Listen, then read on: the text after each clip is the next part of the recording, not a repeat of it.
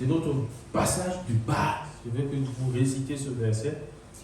Il dit, or, lisons ensemble, or, David, après avoir en son temps, servi au dessein de Dieu, est mort, a été réuni à ses pères et a vu la corruption. David, après avoir servi en son temps au dessein de Dieu, est mort, a été réuni à ses pères et a vu la corruption. Aujourd'hui, nous allons introduire ce thème. Déjà, définissons ce que c'est que les desseins. Le dictionnaire français donne quelques synonymes. Il parle ici des plans. Que les desseins sont les plans, c'est les projets, c'est les intentions ou bien les pensées de Dieu. C'est comme ça qu'il définit les desseins. C'est les plans, c'est les projets, les intentions, les pensées, la volonté, ce que Dieu veut, ainsi de suite. Ce que Dieu a préparé, ce qu'il a conçu, ce qu'il attend de nous. Dans un royaume, c'est la volonté ou la pensée du roi qui s'applique aux citoyens. Nous le savons très bien. Que la constitution d'un royaume, c'est la volonté du roi. Alléluia. Oui.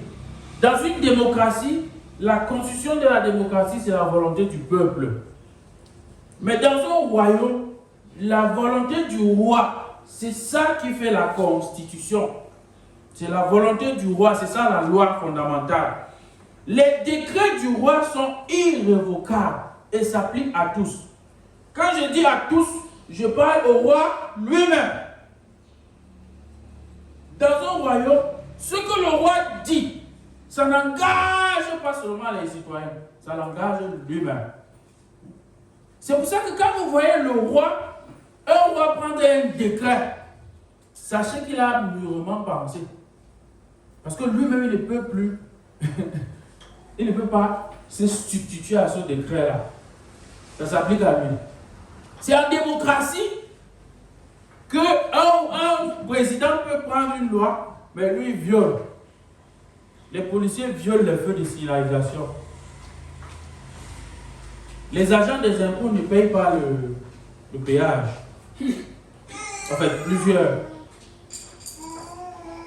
Beaucoup de pasteurs ne donnent pas les offrandes. Oui. C'est la vérité. Donc, on établit les règles, mais on est les premiers à les violer.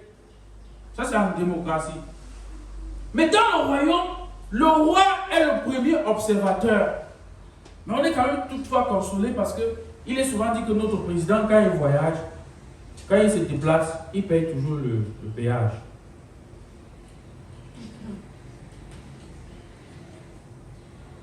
Heureusement, nous on a la chance.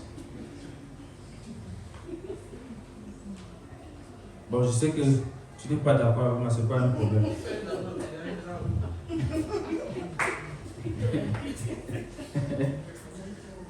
Donc, c'est la même chose dans le royaume de Dieu. C'est la volonté de Dieu, sa pensée et ses desseins qui s'appliquent à nous. Il est écrit que Dieu lui-même a élevé sa parole au-dessus de son nom, au-dessus de lui-même. Il dit que ce qu'il a dit, il n'est pas un homme pour mentir, ni le fils de l'homme pour se repentir. Ce qu'il dit, c'est ça qui va arriver.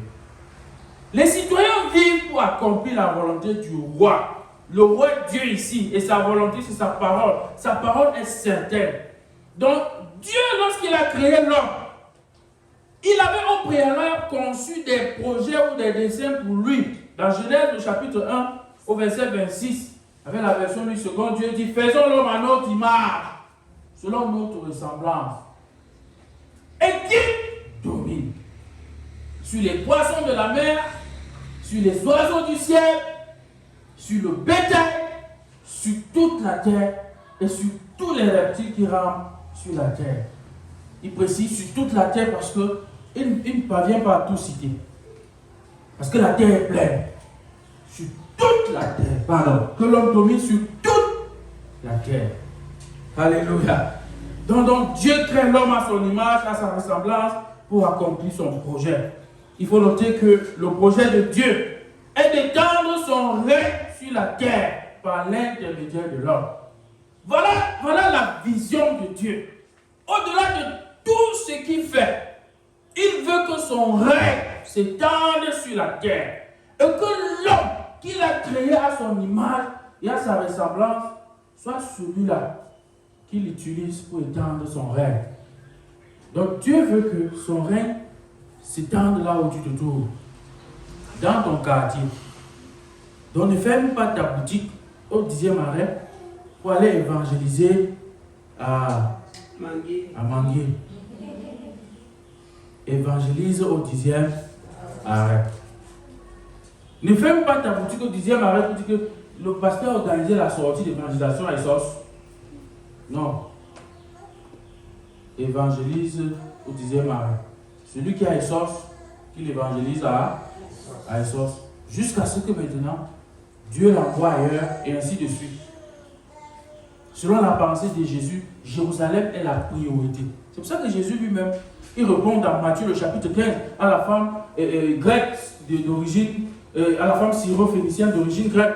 Jésus lui répond que je suis venu d'abord pour les brebis perdues de la maison d'Israël. Il dit que les Juifs d'abord.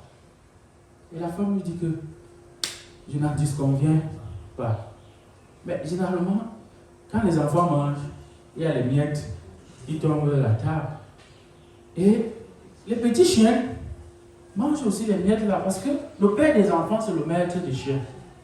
Donc, mais si tu peux me donner en tant que père, parce que tu veux d'abord donner à tes fils, mais laisse au moins que ce que les enfants mangent, les miettes qui tombent, que je ramasse. Jésus lui dit que ramasse, maman. Ramasse. La foi que ramasse. Jérusalem d'abord. Ma plus grande fierté dans le ministère, c'est ce que je vois Dieu faire dans ma famille. Au milieu de mes frères. Ouais. J'ai jeûné et prié pour eux. J'ai passé des nuits sans dormir en pensant à eux. Parce que quand le Seigneur m'a appelé, je me souviens, il devait y avoir une réunion. Quelques temps après, parce qu'à un moment donné, je décide d'arrêter mes études universitaires pour répondre à l'appel. Et là, c'est la deuxième phase de persécution qui s'élève. Parce que jusqu'ici, la première phase, ils ont supporté, ils ont dit que, ok, on a tout fait pour l'enlever de ces choses-là, il ne veut pas. Laissons-le. Mais au moins, il part à l'école. Puisqu'on l'a envoyé à l'école. Tant que l'église ne l'empêche pas d'aller à l'école, il n'y a pas de problème. Mais après un moment, je dis que même l'école, là, j'arrête. Je vais plutôt répondre à l'appel. J'annonce à mon oncle que je ne vais plus à l'école. Là, la connexion qui reprenait déjà un peu s'arrête. La tension remonte encore. Convoque une réunion. Ça s'annonce tendu. Alors comment faire? Comment est-ce que je vais les affronter?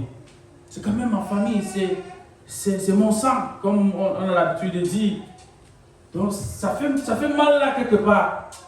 Je décide de prendre un programme de jeûne et prière. J'ai dit, Seigneur, je vais m'enfermer pendant 3 jours. Je ne mange pas, je ne bois pas. Je vais prier pour que tu me fortifies. Je m'enferme dans une chambre quelque part d'un étudiant qui m'avait prêté sa chambre pour ma retraite spirituelle. À peine je m'enferme, je commence à chanter, à louer. J'entends dans mon esprit clairement. Le Seigneur me dit, écoute mes semaines, tu dois mourir pour que ta famille soit sauvée. Donc si tu ne peux pas me suivre, parce qu'ils ne sont pas d'accord avec moi, ils ne seront pas sauvés. Tu dois mourir. Je ressens dans mon cœur l'assurance, la joie, le courage que je cherchais, je ressens le courage. Je décide de sortir, d'annuler la retraite et de demander qu'on convoque la réunion avant la date prévue. Je suis dit après.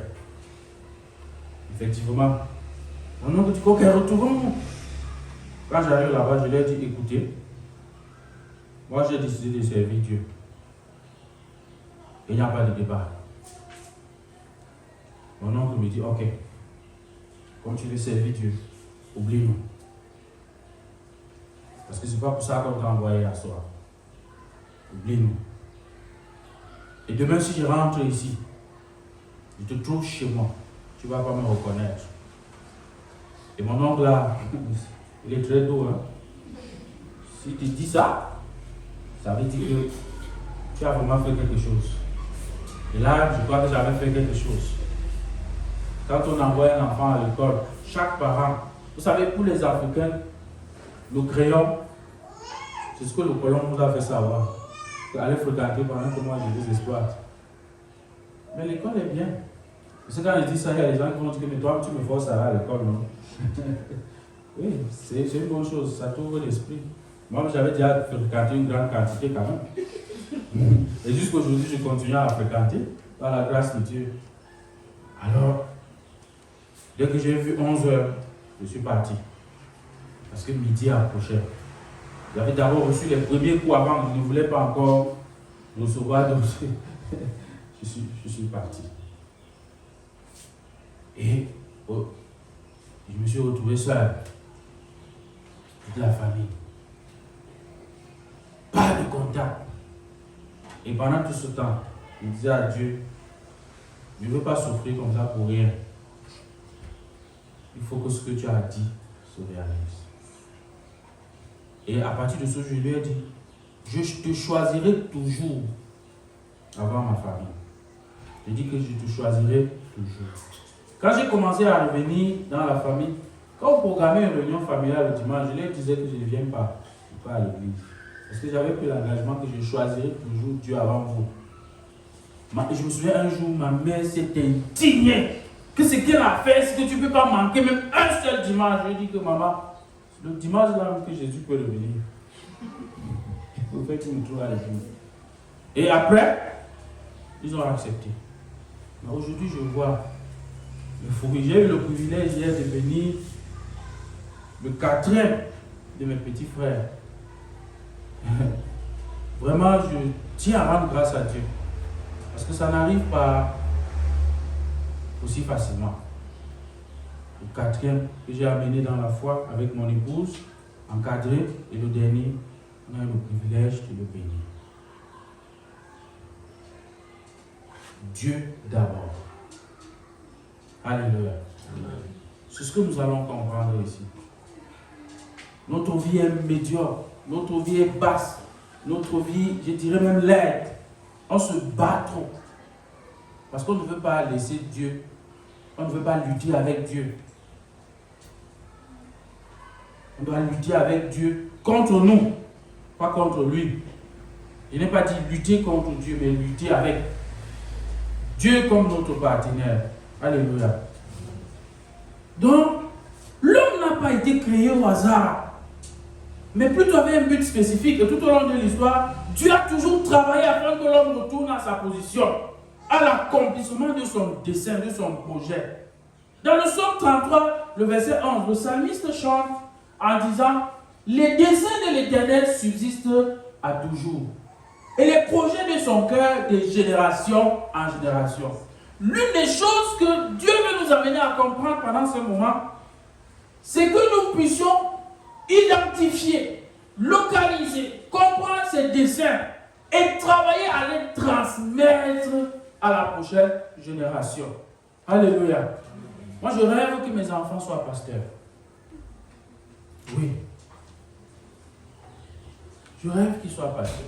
Quel que soit ce qu'ils feront dans la vie, je rêve qu'ils soient parmi ceux-là qui transmettent la parole de Dieu, qui transforment les vies.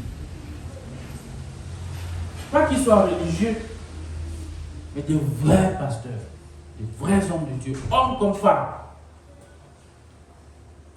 qu'ils transmettent. Regardons dans Genèse 18, ce que Dieu dit à Abraham. Dans Genèse 18, pourquoi Dieu a choisi Abraham? Vous serez surpris. Pourquoi Abraham est appelé le père de la foi? Regardez ce que Dieu dit d'Abraham. Je crois que c'est plutôt 19.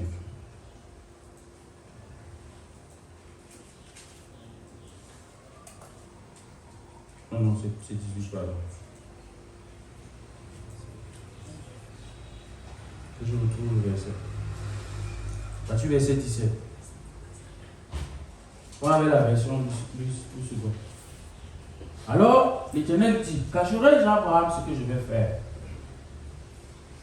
Abraham deviendra certainement une nation grande et puissante, et en lui seront bénies toutes les nations de la terre. 19. Car je l'ai choisi afin qu'il ordonne à ses fils et à sa maison après lui de garder la voie de l'Éternel. Le dessein de Dieu pour Abraham. Il a été choisi juste pour transmettre à ses fils la voie de l'Éternel. Il dit, Dieu se dit que c'est pour ça que je ne peux pas lui cacher. Dieu est en train d'aller détruire Sodome et Gomorrhe, vous connaissez l'histoire. Et Abraham l'a reçu chez lui, il lui a donné à manger. Il a mangé avec Abraham. Et il s'est souvenu qu'il y a le fils, le neveu d'Abraham qui est à Sodome et Gomorrhe. Et lui, il s'en va bombarder Sodome et Gomorrhe. Il dit, mais comment quelqu'un qui te donne à manger, il t'accueille chez lui, comme il m'a accueilli là. Après moi, je quitte, je pars le tuer, en tuant son fils. Il dit que non, je vais quand même lui dire ce que je vais faire. Et on va voir ce que ça donne. Il dit pourquoi? Parce que je l'ai choisi, afin qu'il ordonne à ses fils et à sa maison après lui de garder la voie de l'Éternel. Si nous identifions les desseins de l'Éternel, parfois nous nous précipitons à aller chercher ailleurs les disciples que nous voulons faire, alors qu'ils sont dans notre maison. Nous devons transmettre dans notre maison. Je vous assure que si nous réussissons, si chacun de nous réussit à transmettre dans sa maison, nous aurons des couronnes. Nous allons venir avec le Seigneur. Imaginons-nous si chaque famille pouvait transmettre. Le monde serait transformé. Parfois, on laisse les gens à côté de nous pour aller chercher les gens loin. On dit que c'est eux qu'on veut évangéliser. Donc, il dit, revenons dans le psaume, les desseins de l'Éternel subsistent à toujours. Et les projets de son cœur de génération en génération. Au verset 12, il dit, heureuse la nation dont l'Éternel est le Dieu. Heureux le peuple qu'il choisit pour son héritage. Dans Ésaïe, le chapitre 44, le verset 28, parlant toujours de ces desseins, il dit, je dis de Cyrus, il est mon berger. Cyrus était un roi païen. Mais l'Éternel l'appelle son berger. Lui, ce qu'on dit, son serviteur. Il dit, il est mon berger. Et il accomplira toute ma volonté. Il dira à Jérusalem. Il dira de Jérusalem qu'elle soit rebâtie et du temple qu'il soit fondé. Dieu avait suscité Cyrus. Il l'a mis à la tête d'un royaume païen pour que plus tard, il l'utilise pour rebâtir la ville de son peuple. Ça, c'était le dessein de Dieu pour Cyrus. Lui croyait qu'il est à la tête d'un grand royaume. C'est pour ça qu'il était là. Non, il subsistait, pas seulement pour prendre soin de son peuple, mais c'est parce que Dieu, plus tard, voulait qu'il réalise quelque chose pour son peuple à lui. Et c'est pour ça que je l'ai choisi. Regardez le dessein de Dieu pour David. Nous verrons, parce que nous avons dit dans Actes du chapitre 13, 36 que David a servi au dessein de l'Éternel, il est mort. Nous revenons tout à l'heure. Ésaïe 1 Samuel 16, le verset 1. L'Éternel dit à Samuel, quand cesseras-tu de pleurer sur Saül? Je l'ai rejeté. Il a refusé d'accomplir ma volonté, je l'ai rejeté. Il n'a pas accompli mes desseins, je l'ai rejeté. Et il est resté, malgré que Dieu l'avait rejeté, il est resté sur le trône pendant des dizaines d'années. Dieu l'avait rejeté. Il était rejeté, mais sur le trône. Et Dieu ne nous a pas caché tout ce qu'il a vécu sur le trône. Ce n'est pas facile, ce n'est pas difficile de voir lorsque Dieu l'a rejeté. Tout ce qu'il a vécu, un démon est entré en lui.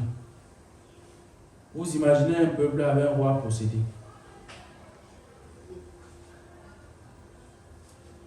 Il a passé tout son temps à courir pour poursuivre un petit enfant, David, jusqu'à ce qu'il est parti mourir. Il a rejeté. Il dit, je l'ai rejeté afin qu'il ne règne plus sur Israël. Remplis ta corne d'huile et va, je t'enverrai chez Isaïe Bethlémite, car j'ai vu parmi ses fils celui que je désire pour moi. Celui que je désire pour moi. Et la parole de Dieu nous dit ici que David, lui, a servi en son temps le plan de Dieu. Et il est mort. Il a été enterré auprès de ses ancêtres et a connu la pourriture. Alléluia. Pour accomplir le plan de Dieu, en guise d'introduction, je vais donner deux choses. Première chose, il faut s'engager à vivre pour Dieu. Alléluia. Amen. Oui, ça, c'est la première condition. Vous avez un voisin qui dort. Demandez-lui si Dieu vient de lui révéler son plan, son dessein. S'engager à vivre pour Dieu. C'est la première condition. Et la deuxième condition, c'est en guise d'introduction, c'est s'engager à mourir pour Dieu. Voilà deux conditions si nous voulons vivre pour accomplir les desseins de l'Éternel. Première condition, regardons un peu en détail en quelques minutes et nous allons clôturer. S'engager à vivre pour Dieu. Dans Romains 14, verset 7, Paul déclare, il dit en effet, aucun de nous ne vit pour soi-même. Ça c'est la partie A. Aucun de nous ne vit pour soi-même. Il parlait de lui et il parlait de tous ses compagnons, de ceux qui l'accompagnaient dans l'œuvre. Il dit que comme vous nous voyez là, aucun de nous ne vit pour lui-même. Et il va déclarer que si nous vivons, au verset 8, il dit, si nous vivons pour Dieu. Nous vivons pour le Seigneur. Paul nous donne le secret. Nous verrons que Paul a réalisé le dessein de Dieu pour lui. Nous le verrons ici.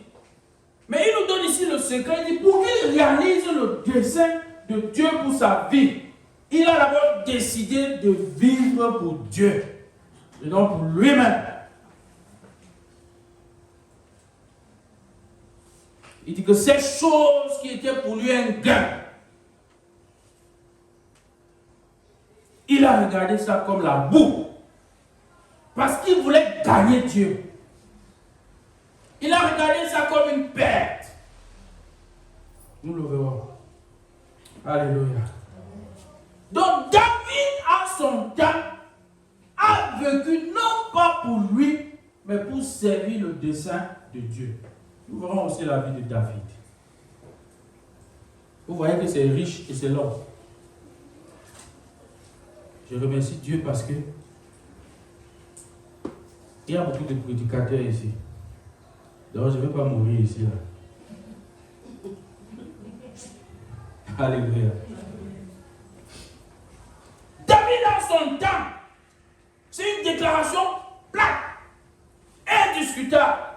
Dit que David dans son temps a servi au dessein de Dieu. Il a vécu pour le dessein de Dieu et il est mort pour le dessein de Dieu. Parce que vous pouvez commencer à vivre pour Dieu et mourir pour autre chose. Vous pouvez être décidé que je vais vivre pour Dieu, mais vous n'êtes pas décidé de mourir pour Dieu. C'est différent, non? Oui. Allez, vous avez décidé que vous allez vivre pour Dieu. Les circonstances favorables, oui. Maintenant, les circonstances défavorables. Ce qui marche, oui. Et ce qui ne marche pas. Qu'est-ce qu'on en fait? En ce qui me concerne, j'avais décidé que dans ma vie, Dieu d'abord. Le reste, on voit. Écoutez, je n'ai pas peur de la honte. Je n'ai pas peur d'avoir honte. Parce que je n'ai rien. Je n'ai pas peur d'avoir honte que j'ai échoué. Je n'ai pas peur que les gens disent que j'ai commencé quelque chose, ça n'a pas marché. J'ai vaincu ça par la grâce de Dieu. D'abord, je ne m'occupe pas des yeux des gens. Et je ne suis pas responsable de ce que les gens voient chez moi. Je suis responsable de ce que je fais, de ce que je vois. Donc je n'ai pas honte de moi. C'est pour ça que chaque jour, je cherche à faire quelque chose. Parfois même, je cherche aussi à échouer. Ne passez pas tout votre temps à réussir. Hein? Sinon, vous n'allez pas réussir. Désirez aussi l'échec. En fait, vous ne pouvez pas réussir si vous n'envisagez pas l'échec. D'abord, vous ne réussirez pas. Pour connaître l'échec, il faut être entrepreneur. C'est pour ça qu'il y a des gens qui sont dans leur zone de confort. Ils font une chose depuis, ça marche, ça va. Ils sont reconnus pour ça. Ils ont bâti leur réputation sur ça. Les gens les aiment par rapport à ça. Ils ne tentent pas autre chose. Jamais. On ne prend pas de risques. Tu peux faire comme ça. Après, les gens commencent à te regarder un genre. Tu ne peux pas réaliser les desseins de Dieu. Parce que l'Éternel dit que vos voix ne sont pas mes voix. Vos pensées ne sont pas mes pensées. Pendant qu'Élie était en train de fuir Jézabel, il s'est caché sur le torrent de Cédron, je crois. Il a commencé à prier, il attendait la visitation de l'Éternel. Il a entendu un grand bruit. Il est sorti, quoi. Voilà l'Éternel qui arrive. L'Éternel n'était pas là. Il a entendu un vent violent, l'Éternel n'était pas là. À un moment donné, il a entendu un vent doux. La voix de l'Éternel est sortie.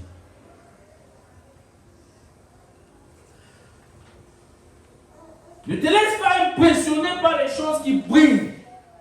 Ne te laisse même pas impressionner par les choses qui marchent. N'aime pas les décisions faciles.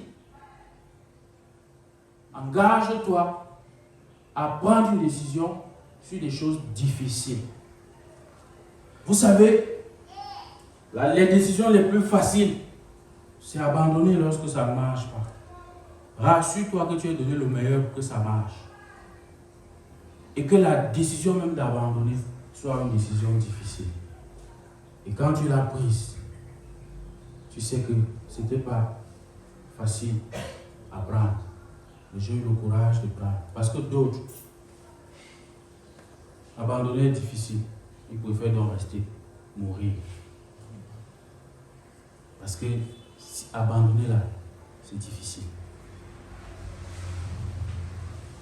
Mais je meurs là. Qu'est-ce que les gens vont dire? Qu'est-ce que les gens vont penser? Et si j'abandonne, ça ne marche pas là-bas. Je vous ai dit, on vit pour quelque chose, on meurt pour quelque chose. On ne meurt pas gratuitement. Ceux qui meurent gratuitement, c'est une perte. Ils ne faisaient rien. On peut même mourir en train de combattre. Ah oui. Il y a quelques années, je coachais un jeune homme d'affaires. Je lui disais, mais mon frère, parfois dimanche dans l'après-midi, ou bien dimanche matin, je l'appelle. C'est comment? Parce que j'ai dormi, on était en train de décharger. Il y a un truc qui arrivait là, on déchargeait. Et pour avoir la marchandise, il fallait arriver là-bas et tout. Ils partaient dans les trucs, ils se bagarraient les uns les autres. Et chaque fois, je lui disais, tantôt je te dis, parce que je suis sur la route de doigt là. Un jour, je l'ai appelé, je lui ai dit, écoute, il faut élever ton niveau. Tu n'es plus au niveau où tu dois aller te battre. Tu dois aller te battre avec les gens, te battre à gauche et tout. Pourquoi toi-même, tu ne peux pas aller chercher? Les gens viennent aussi se battre pour prendre chez toi. Je dis que regarde, si tu meurs sur la route de Douala, ta femme aura honte. Ce sera une mort honteuse. Parce que tu montes, tu descends pour aller ramasser la poubelle. Mais si tu meurs dans un avion, quand ta femme va pleurer, elle va se tourner, elle va dire à ses amis que c'était comme ça. Tu vois, même quand je suis allé le laisser à l'aéroport, je voyais même les signes. Le Seigneur était en train de me dire, ça va la consoler. Mais si tu meurs sur la route de Douala, ce sera une honte. Mais si tu meurs dans un avion, dans un crash d'avion, ça peut même changer la vie de ta femme. Si tu meurs sur la route de Douala, qui va te dédommager? Quelle assurance va payer ta famille? Mais si tu meurs dans l'avion, la compagnie va dédommager ta famille. La tête, si là, c'est pour réfléchir. Et c'est pour élever son niveau. Ce n'est pas pour rester là chaque jour à se plaindre, oh, ceci, oh, non. La tête, c'est pour trouver les solutions aux problèmes. Certains d'entre vous utilisez ça pour créer les problèmes. C'est pour résoudre les problèmes. Chaque fois, je lui disais. Et un jour, j'ai décidé d'aller là où il partait à Douala chercher la marchandise. J'étais avec mon épouse, lui. Quand nous sommes allés là-bas, j'ai vu le gars qui a amené la marchandise. J'ai écouté le gars. J'ai écouté sa mentalité. J'ai aimé. Je suis rentré. On était même ensemble. Je lui ai dit, tu regardes le gars-ci. Tu resteras son esclave toute ta vie. Si tu ne lèves pas ton niveau. Ça a été des luttes et des luttes. Parfois, les gens lui disaient, le pasteur te trompe. Il connaît quoi en affaire. Il te trompe. On ne te voit plus à la boutique. Quand je lui disais, les riches, c'est l'immobilier. Entre dans l'immobilier. On ne le voyait plus à la boutique. Il dit que le pasteur te trompe. Le pasteur te trompe. Mais grâce à Dieu, un jour, il a pris l'avion. Aujourd'hui, je crois que même sa femme l'aime plus. Vous savez, quand vous prenez l'avion, vous rentrez, vous racontez à votre femme, je vous assure que tous les problèmes sont résolus.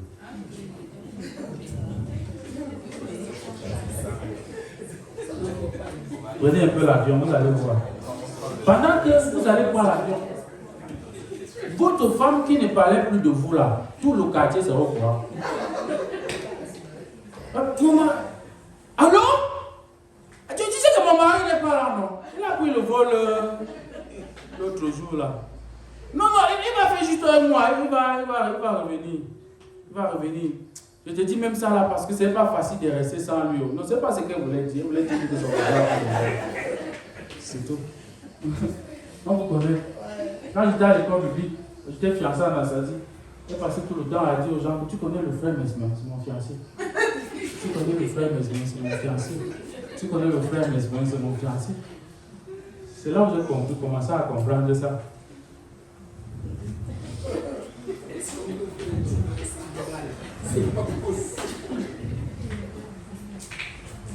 Alléluia.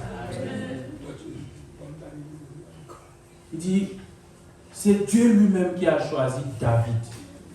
Ce n'est pas David qui a choisi Dieu. Et la Bible dit, Dieu l'a choisi. 1 Samuel 16, verset 1. Il dit, remplis ta corne d'huile et va, je t'enverrai chez Isaïe Bethléem. Quand j'ai vu parmi ses fils celui que je désire pour moi, est-ce que tu peux t'élever chaque jour en sachant que c'est pour Dieu que tu vis?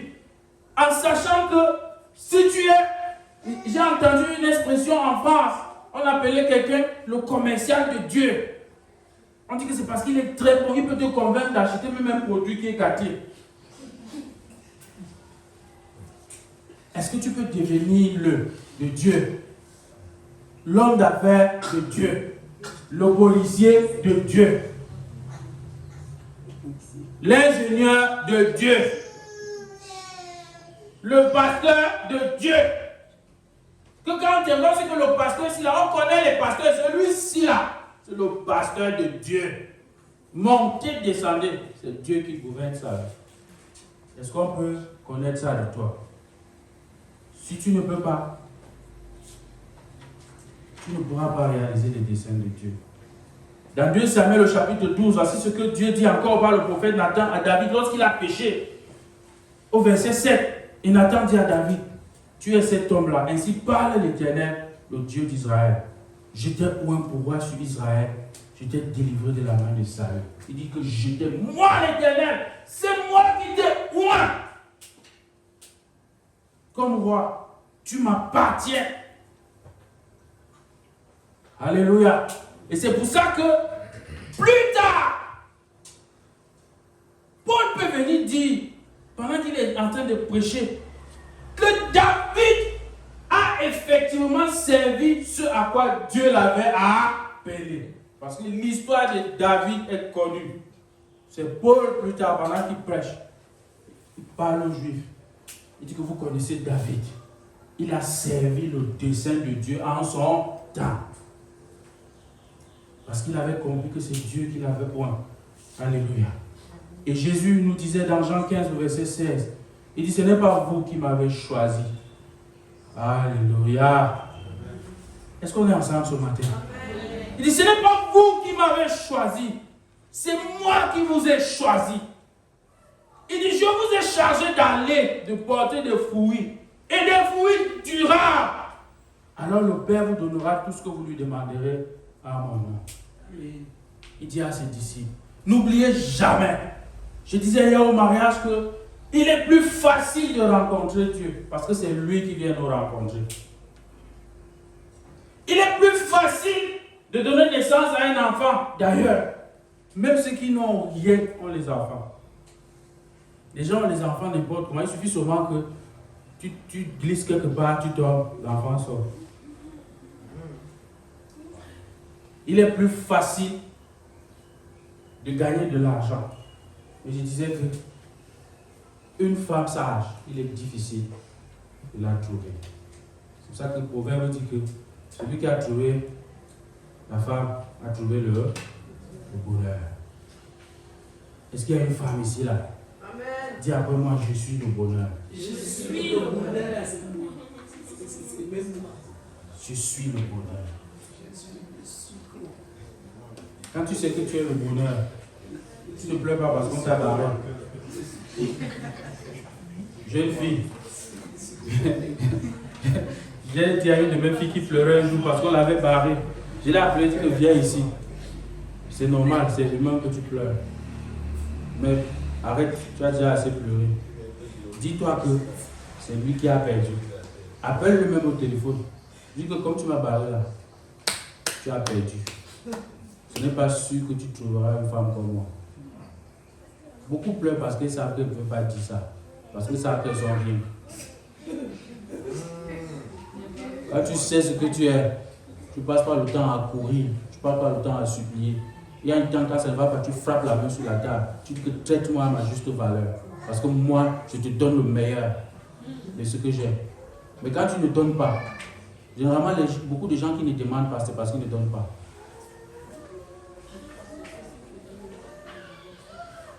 C'est ça ou c'est comme ça?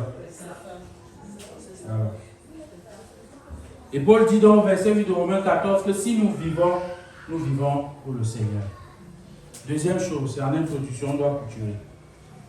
Deuxième, s'engager à mourir pour Dieu. Alléluia. Vivre pour Dieu, c'est bon. Mais la vie avec Dieu n'est meilleure que si on est mort. C'est pour ça qu'avant de commencer à vivre, il faut d'abord mourir. Jésus a dit que si le grain de blé tombé à terre ne meurt, il ne peut porter de fruits. Amen. Si vous voulez réaliser le dessein de Dieu pour votre vie, engagez-vous aussi, c'est une décision, que je vais mourir pour Dieu. Quelqu'un avait dit qu'il est notre libérateur, il va mourir pour nous. Le jour qu'il a eu les problèmes, il a dit que chacun se libère. Que lui n'est plus là. Non. Jésus, lui, il allait jusqu'au bout.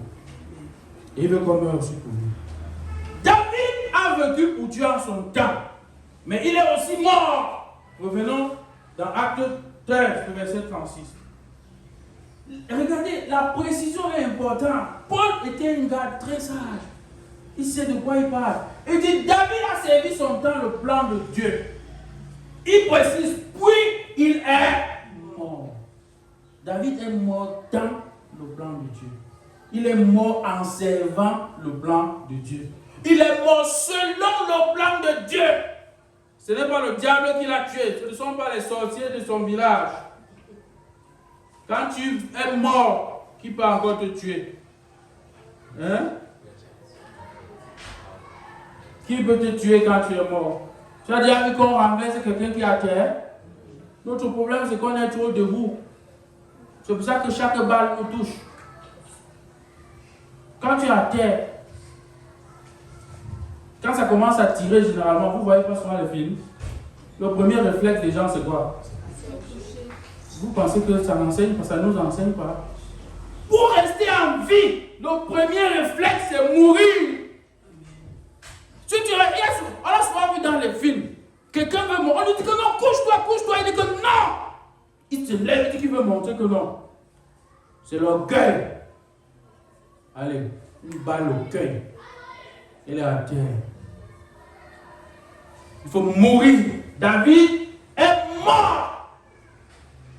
Il a été enterré.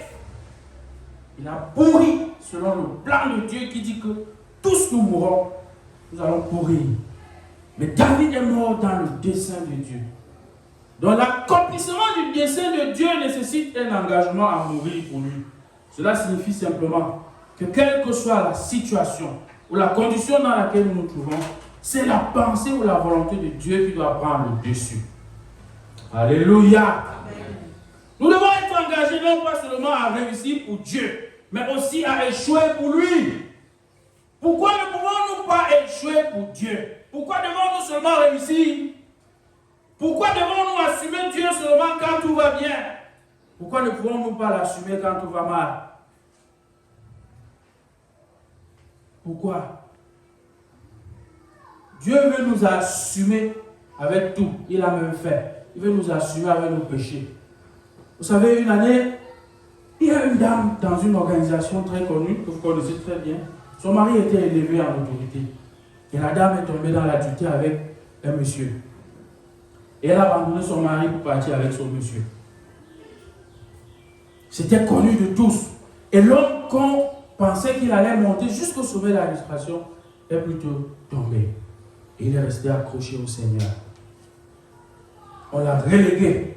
Il est devenu pasteur saint. Même à l'église locale, il n'était même pas pasteur. Il venait juste s'asseoir, il y avait d'autres pasteurs. Mais pourtant, c'était un homme brillant qui avait l'avenir. Sa femme l'a quitté pour quelqu'un d'autre. Des années et des années. Un jour, j'étais à l'école biblique, des amis m'ont montré que tu as vu la femme là, c'est la femme de tel monsieur là. Là voilà avec son amant. C'était même son chauffeur. J'ai dit quoi? Alors après des années, la femme a pris conscience de tout le mal qu'elle avait fait à elle-même, à Dieu et à son mari. Et à toute la grande organisation dont son mari était un grand leader. Elle est venue, elle a demandé, dans le cadre d'une grande convention, dans le littoral, puis son mari a exercé. Elle a demandé à se repentir publiquement. Elle était déjà malade, assise sur un fauteuil roulant. Et on lui a donné la parole. Je n'étais pas là même. Mon collègue qui était là me rapporte l'histoire. Quand on lui a donné la parole, on a exigé qu'on éteigne toutes les caméras, tous les téléphones. Exigence radicale. On ne veut pas que ces images se retrouvent dans les réseaux sociaux. C'était une bonne décision, non? Mais elle a parlé. Et on a prié pour elle. Dieu l'a même guérie. Dieu a opéré un miracle. Il a guéri la femme. Elle s'est relevée. Et son mari l'a plus repris, je crois. En fait, je ne connais plus la suite de l'histoire. Mon ami qui me raconte ça, pendant qu'on parle, je lui dis, vous avez mal fait d'éteindre les caméras. Il fallait laisser que les gens filment, ils envoient ça dans les réseaux sociaux. Nous devons aussi assumer Dieu dans l'échec. Vous pensez que qu'est-ce que Dieu est venu faire si ce n'est pas pardonner les péchés? Pourquoi vous voulez faire croire aux gens que nous sommes saints en tout temps? Je lui ai dit, moi je ne connaissais pas cette femme, mais j'avais entendu l'histoire jusqu'à ce qu'un jour on me la montre à Bamenda. Vous connaissez combien de personnes n'étaient pas à la convention qui ont rétrogradé à cause de cette femme? qui ne sont pas au courant qu'elle s'est repentie pour qu'eux-mêmes se rebattent. Mon collègue a mis les mains sur la tête et dit, je respecte la décision des grands. Mais parfois, il faut comprendre que nous ne sommes pas des saints. Et c'est la religion, parce qu'on a transformé, la religion nous a piégés en nous faisant croire que nul n'entre ici s'il n'est géomètre. Non. Les gens entrent ici sans capacité. Et nous, on est là avec Dieu pour leur donner des capacités. Les gens entrent ici avec les péchés. Et nous sommes là avec Dieu. Dieu est là pour leur donner la sainteté. La prétention ne sert à rien. Assumons Dieu même dans l'échec. Pourquoi tu ne peux pas te présenter devant tous tes collègues et reconnaître devant eux que oui, j'ai vraiment péché comme on dit là. Tu vas trouver des excuses. Dis-leur que oui, c'était le péché. Oh non, ce n'est pas que dans mon église on ne peut pas accoucher avant le mariage. C'est que ce n'est pas que dans la parole de Dieu on ne peut pas accoucher avant le mariage. C'est que je me suis rendu compte que dans mon église là, les gens sont hypocrites. Les gens sont hypocrites. Les gens sont là et tout et tout. Et puis, moi au moins j'ai... Non. Laisse l'église de côté. Laisse les pasteurs. Laisse les gens. C'est la parole de Dieu. Dis que oui frère, la parole de Dieu dit que oui. Moi-même, les choses que j'ai dénoncées même sur vous là, ça m'a plu. Mais je reste toujours accroché au... Tu vas voir, ta collègue va dire que moi aussi je veux aussi venir dans le Seigneur là. Parce que chaque fois que tout ce que lui te regarde, c'est que tu essaies. Et parfois Dieu va te mettre, tu te coules là devant eux. Tu vois que tu leur prêches le vrai évangile. C'est les pécheurs que Dieu cherche, mais non pas autant aller chercher les justes. Tu cherches les pécheurs. Oh, l'église de la cité là. Oh, l'église de la cité, c'est le libertinaire, il n'y a que le péché là. Attends, je suis dehors pour les pécheurs, j'ai laissé les justes. Je suis dehors pour les pécheurs. Comme Jésus. Je vais aller chercher les pécheurs qui viennent. Il y a les moyens pour les restaurer. Jésus est lourd. Lui-même, il a lancé l'appel. Venez, vous tous. Il a lancé l'appel. Il dit, venez, vous tous qui êtes chargés et fatigués. Venez. Je vais vous donner du repos. Je vais vous décharger. Alléluia. Amen. Jésus a dit que venez. On regarde les pécheurs avec mépris. On les regarde, on les méprise, on les maudit. On dit qu'ils vont aller en enfer. Si Jésus lui m'avait prêché comme nous, que si vous ne vous répandez, avec les messages de condamnation, qui serait sauvé? Je vous ai dit ici que les pécheurs aimaient Jésus en son temps. Les gens qui l'ont détesté, c'était les religieux. Lisez la Bible, vous allez voir. Les pécheurs, ils aimaient l'entendre, ils aimaient l'écouter. Ceux qui le détestaient, c'était ses frères, les religieux. C'est même eux qui l'ont tué. Même Pilate était content de voir. Hérode soupirait pour le voir. Quand on lui a dit qu'on t'envoie Jésus, il dit que quoi? Il a reçu Jésus. Et quand il a fini d'enjoy Jésus, il n'a même pas eu le temps d'analyser s'il était coupable ou pas vraiment. Et puis il a seulement enjoy. Il a dit que tu as fait même quelques miracles là, non?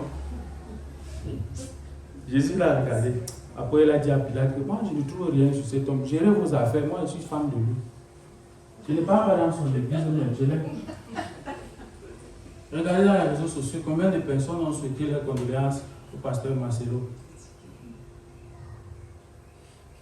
Moi, je connais des gens qui n'ont rien à faire avec nous. C'est-à-dire, nous, enfin, notre conception, peut-être pas antichrististe, si je puis me permettre, mais qu'il est, qu'il le suive. Attention, hein. Jésus a dit que les prostituées et les publicains vous dévanceront dans le royaume des cieux. Maintenant, vous savez qui sont ceux qui vont sortir la polémique? Ce sont ses frères. Ce sont ses frères. Moi, tu me testes, je te teste. Tu me fais, je te fais. Tu n'as pas l'affaire là. Tu me fais, je te fais. Il m'en fout. Parce que les gens sont là. Oh, oh, oh, oh. Mon frère, tu n'as pas ta vie. Tu n'as pas ta vie. Assieds-toi, on t'enseigne la parole. Assieds-toi, on te bénit. Assieds-toi, tout le reste que tu cherches là. C'est pour toi, toutes tes imaginations, c'est pour toi. Les gens vont tout, imaginent tout. Oh, vous pensez que l'immeuble là peut être conçu comme ça par hasard? Il a fait un tour au Nigeria. Quand tu es pauvre, si tu blagues, tu peux vivre, tu crois qu'il y a le cerveau dans ta tête, alors que même ça, il y a rangé. Il faut faire très attention. Parce que une simple petite réflexion, parce que si ton cerveau est en place, une simple petite réflexion te permet d'analyser que, supposons qu'il y a 150, 200 personnes qui se réunissent dans cette église, et que chacun d'eux a donné tant, on peut pouvoir construire cette église. Rien que ce petit calcul-là, quand on dit aux gens qu'à l'école, vous dites que vous maîtrisez, voilà, ça vous joue les tours. Vous commencez à raconter les inepties.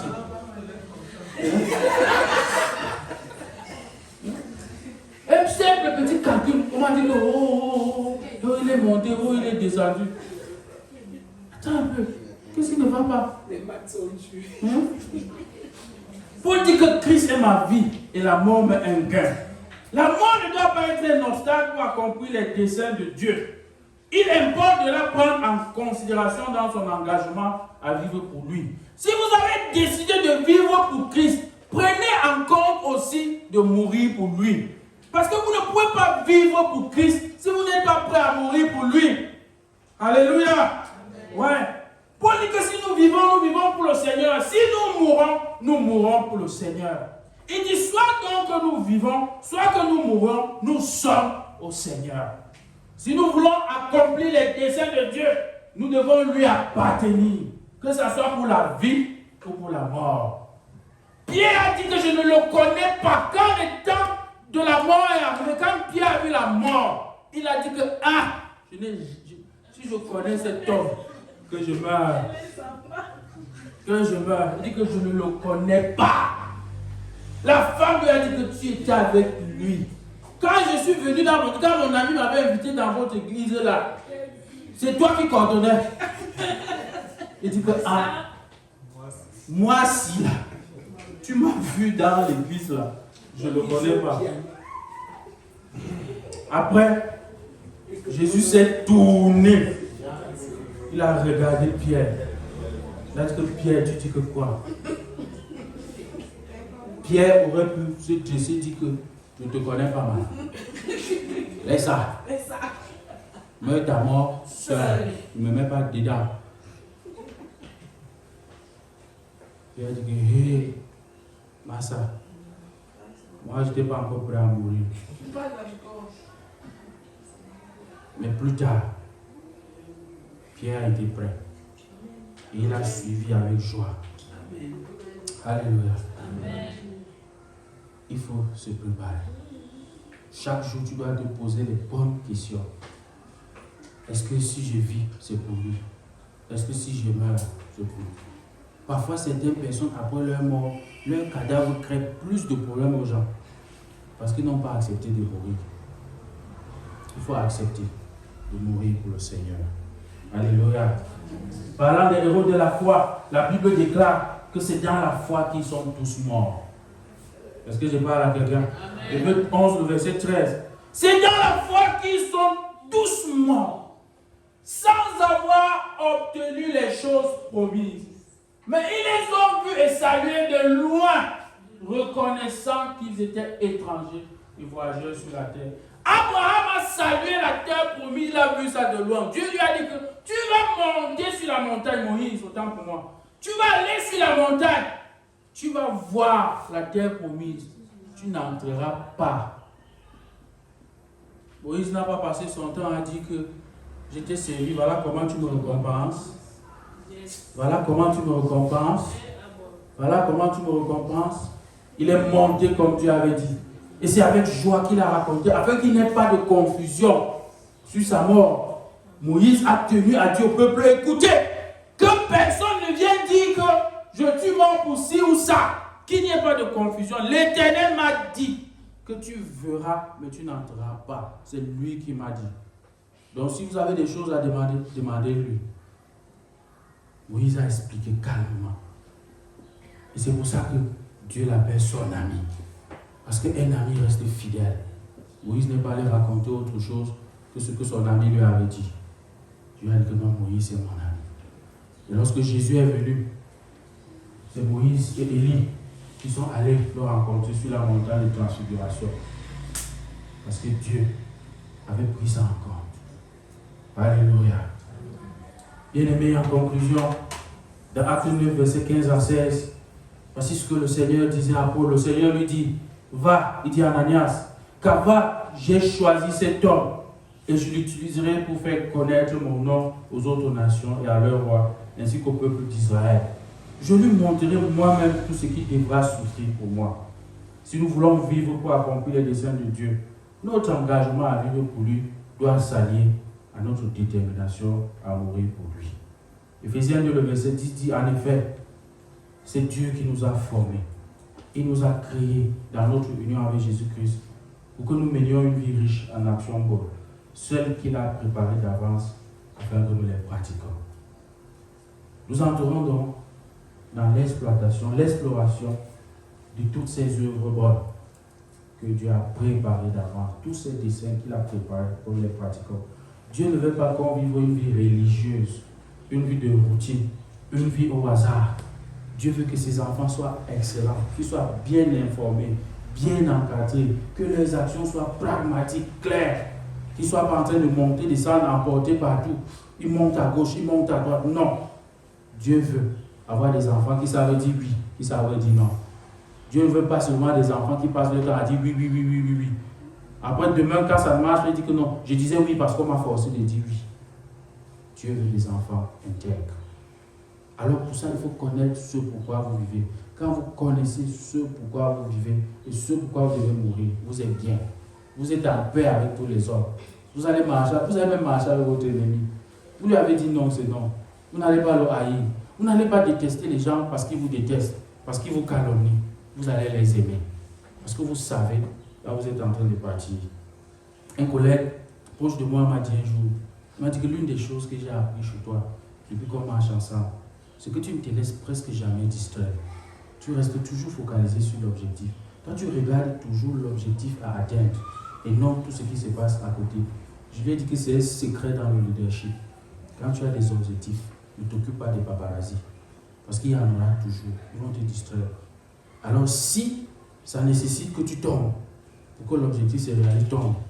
Le plus important, ça doit être l'objectif que tu t'es fixé au départ. C'est pour ça que je lui disais, je me force à marcher toujours avec des objectifs précis. Je ne fais pas comme Jean-Michel Cancan. Que là où je trouve, je dors. Là où je ne trouve pas, je dors pas. Ce que je trouve, je fais. Ce que je ne trouve pas, je ne fais pas. Je planifie à l'avance. Maintenant, ce que je ne trouve pas, j'invente. Parce que Dieu nous a donné la tête pour ça. Est-ce que tu peux te lever un peu sur tes pieds? Lève-toi, regarde un peu ton voisin.